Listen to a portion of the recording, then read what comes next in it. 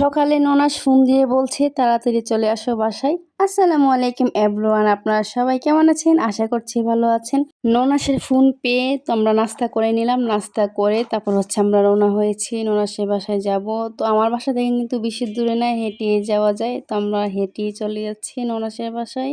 তো ছেলে কিন্তু কালকে রাতে চলে গিয়েছিল ননাসের বাসায়। তো এই তো আমরা কিন্তু চলে আসছি বাসায়।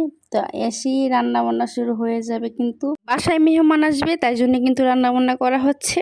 তো আমি আর আমার ননাস মিলে দুজনে রান্না বান্না শুরু করে দিলাম।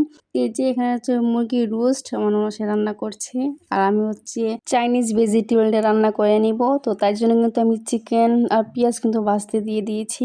এই চিকেনগুলি দিয়ে কিন্তু চিকেন ফ্রাই হবে। তো আর এই যে পোলাও চাল দই কিন্তু রেখে দিয়েছি রান্না করার জন্য।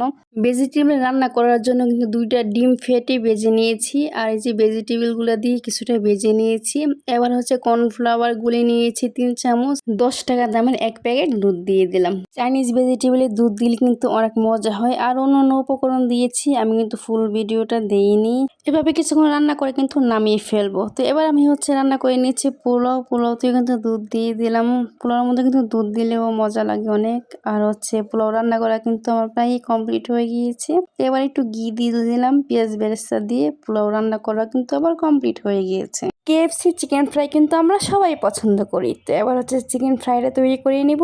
প্রথমে একটা চিকেন ময়দার মধ্যে কিন্তু দিয়ে ভালো করে চেপে চেপে লাগিয়ে নিয়েছি। তারপর পানির মধ্যে ডুবিয়ে নিয়েছি। আপনারা চাইলে ডিমের মধ্যেও ডুবিয়ে নিতে পারেন। তো আবারও ভালো করে কষলিয়ে তারপর জারা দিয়ে কিন্তু তেলের মধ্যে দিয়ে দিলাম। আর তারপর কিন্তু ক্রিস্পি হয়ে যায় উপরে যে ময়দাগুলি ওইগুলি। তো এভাবে কিন্তু আমি বেজে নিব উল্টিয়ে পাল্টিয়ে। আর এই চিকেন ফ্রাইটা কিন্তু আমরা সবাই অনেক অনেক পছন্দ করি। তো এই তো আমি কিন্তু এভাবে সবগুলি চিকেন ফ্রাই বেজে নেব। ডেজার্ট আইটেম হিসেবে ছিল কেক আর সেমাই।